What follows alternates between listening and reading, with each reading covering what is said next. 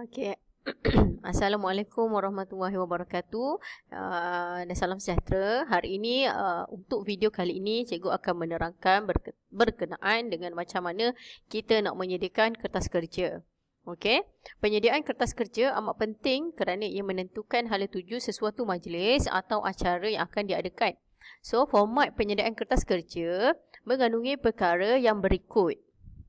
So, setiap kali kita nak mengadakan sesuatu acara, kertas kerja ni adalah base utama kita nak buat. Selepas kita buat pelantikan AJK, so kita kena buat kertas kerja dahulu.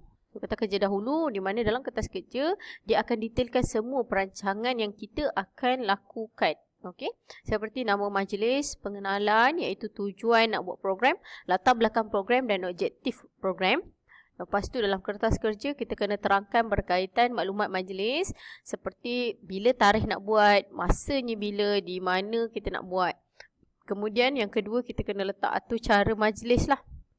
Okey, atur cara majlis. Bila kita nak buat dari jam berapa ke jam berapa. So kemudian jumlah jemputan, cadangan tetamu kehormat, kumpulan sasaran, siapa yang kita nak sasarkan. Kemudian pelantikan pengerusi, dia mengikut kesesuaian majlis lah. Impak majlis ini kepada siapa, anggaran peruntukan dan implikasi keuangan yang kita nak dapatkan untuk program kita, berapa anggarannya, ulasan daripada kalau kat nota kementerian agensi lah, kalau macam kita ulasan daripada penyelaras program, daripada penasihat, daripada pengarah. So ulasan-ulasan mereka berkaitan dengan paperwork, nak lulus ataupun tak. Kemudian show untuk dipertimbangkan dan kelulusan. Okey. So, ini adalah dia punya nota lah berkaitan dengan kertas kerja. So, sekarang cikgu nak tunjukkan contoh format sekolah yang buatlah macam mana kertas kerja itu dibuat. So, lampiran, BKU. So, ini nanti cikgu akan bagilah dekat dalam latihan kita. So, Kementerian Pendidikan Malaysia, kalau kita nak, kalau ini yang besar lah, kalau untuk kita boleh ubah jadi logo KV kita. Sebab kita nak minta kelulusan daripada pihak KV.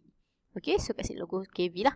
Kertas kerja, lepas tu tajuk dia apa? Contoh ceramah hala tuju dan motivasi pengurusan perniagaan. Anjuran. So, kita buatlah anjuran daripada satu SBM pengurusan perniagaan. Okey, lepas tu kita, yang ni format semua cikgu akan bagilah. Lepas tu kertas kerja, ini simple. Kau kertas kerja, kalau boleh dia simple tapi lengkap. Sampai orang nak baca, orang tahu apa yang kita nak buat, berapa jumlah yang kita nak mohon kelulusan. Lepas tu bila program kita nak buat, adakah bertindih dengan program lain. So semua ni penting untuk kita hantar kepada pihak atasan bagi meluluskan projek kita. So dekat kertas kerja ni lah diorang tahu, oh benda ni memanfaatkan pelajar melalui dia tengok objektif. Kemudian siapa yang terlibat. So pendahuluan, awak beritahulah pendahuluan dia. Contohnya nota ini menerangkan program ini bagi tujuan untuk memenuhi kompetensi BPP 2033 Event Arrangement Assistant. Yang kedua, pendahuluan lah, penghargaan lah. Penghargaan. Nanti kita tengok contoh lah. Pendahuluan ni penghargaan kepada pihak-pihak yang terlibat dan sebagainya.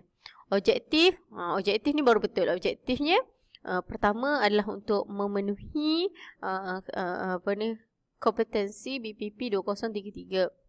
Objektif yang kedua, untuk memastikan semua pelajar BPP tahu hala tuju mereka selepas habis atau tamat pengajian. Yang ketiga, memotivasikan pelajar untuk terus bersemangat belajar walaupun berada dalam keadaan belajar secara atas talian dan bersemuka akibat COVID-19. Macam tu. Itu contoh juga bagi.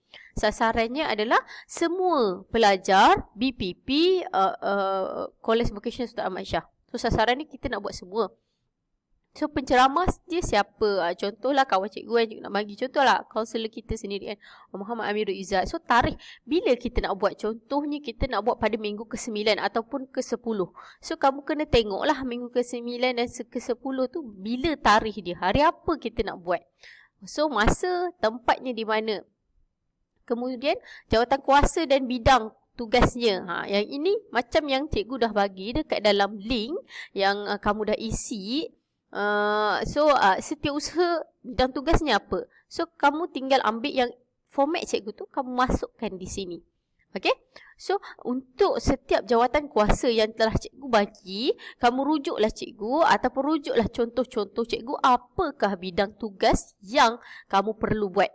Kemudian jadual program ataupun tentatif ataupun perincian acara. So, benda yang samalah. So, kamu tulislah 8 sampai jam berapa.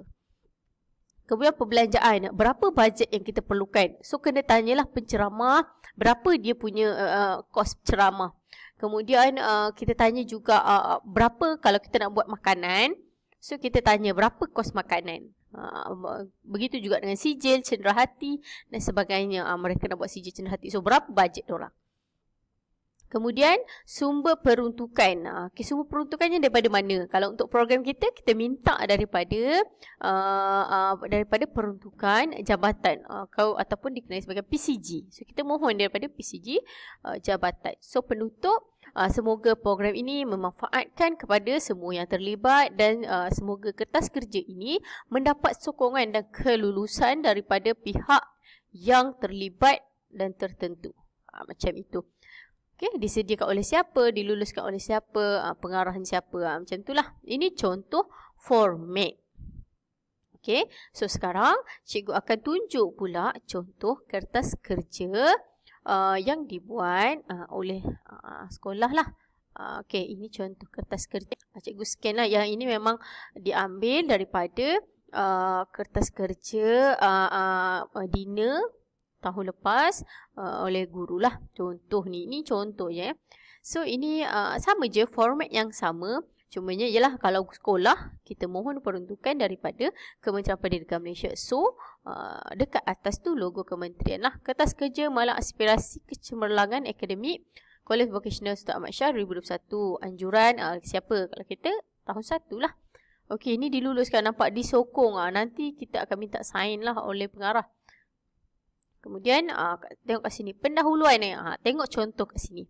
Kertas kerja dikemukakan dengan tujuan untuk dapatkan kelulusan program serta peruntukan daripada yang berbahagia Tan Sri Datuk Puan mahupun badan-badan kerajaan. Ini kalau paperwork ini kita nak hantar kepada pihak sponsor. So kita kena nyatakanlah pendahuluan dia, tujuan kita buat kertas kerja ni untuk mendapatkan peruntukan daripada mereka. Okey, kalau contoh kertas kerja kita ni untuk kelulusan daripada jabatan, so kita tulislah bertujuan mendapatkan kelulusan program oleh pihak sekolah untuk menjayakan program ini. Okey, kemudian program Malang Aspirasi ini bertujuan menghargai para pensyarah. So nanti kamu fikirlah apa tujuan kamu buat ceramah. Contohnya adalah untuk menaikkan motivasi pelajar, memandangkan sepanjang pandemik ini pelajar terpaksa berhadapan dengan cara pembelajaran yang baharu, iaitu belajar di rumah dan kadang-kala bersemuka. Contoh, kamu boleh buat contoh kamu sendirilah. Objektif, di akhir program peserta akan dapat. Ini contoh, kamu boleh tengok contoh lain di internet. So kamu dekat objektif kita kena isikan 1, 2, 3, 4 straight to the point. Apa objektif? Kita tak boleh buat karangan. Okey, kalau kita nak buat bullet pun boleh. 1 bullet pertama, kedua dan ketiga.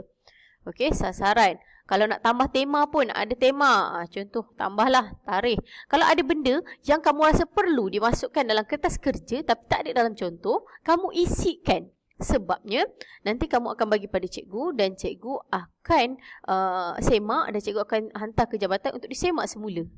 So, bila dah dinilai 2-3 kali, macam sebelum ni hampir 4 kali, 5 kali paperwork dibaiki sampailah diluluskan. Okey? Pada peringkat kita akan sentiasa semak. Kamu buat, cikgu semak.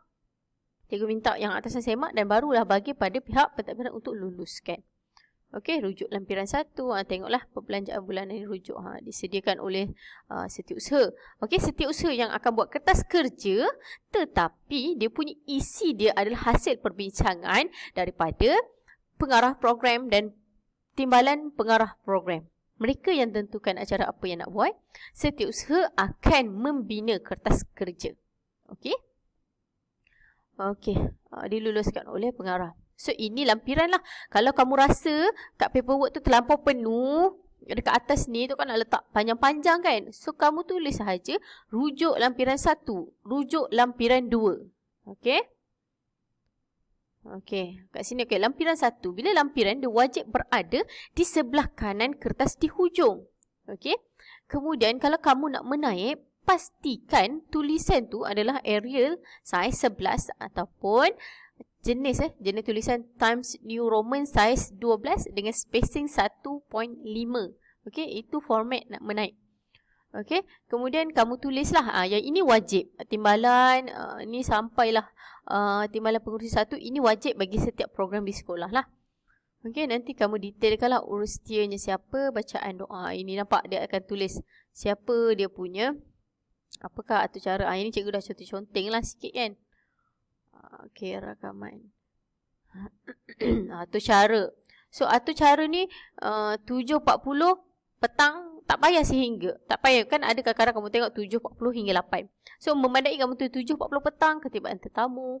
8, kamu kena detailkan daripada tetamu sampai sehinggalah majlis bersurai. Dia bersurai Kemudian perbelanjaan. Okey, siapa bendahari, dia kena tanya dengan cikgu dahulu format. Sebab kamu belum belajar akaun lagi. So, nanti kita akan terangkanlah format macam mana. Setiap AJK perlu bagi berapakah anggaran jumlah bajet yang diperlukan untuk letak dalam paperwork. Contoh AJK makanan. Okey, AJK makanan dia kena try buat bajet ataupun carilah orang yang ataupun siapa-siapa yang tahu berkaitan dengan bajet makanan untuk makan tengah hari berapa ringgit seorang. Okey, bagi hadiah pula cuba try usah berapa kos untuk buat hadiah. Apa hadiah yang perlu disediakan untuk program. Okey, senarai ni kalau ada cabutan bertuah lah, tak perlulah. So, jumlah keseluruhan berapa total kat sini. So, simple je. Ada berapa muka surat sahaja paperwork. Dia sikit tapi dia padat. Okey, sekian. Terima kasih. Okey, nanti kita akan teruskan dengan latihan.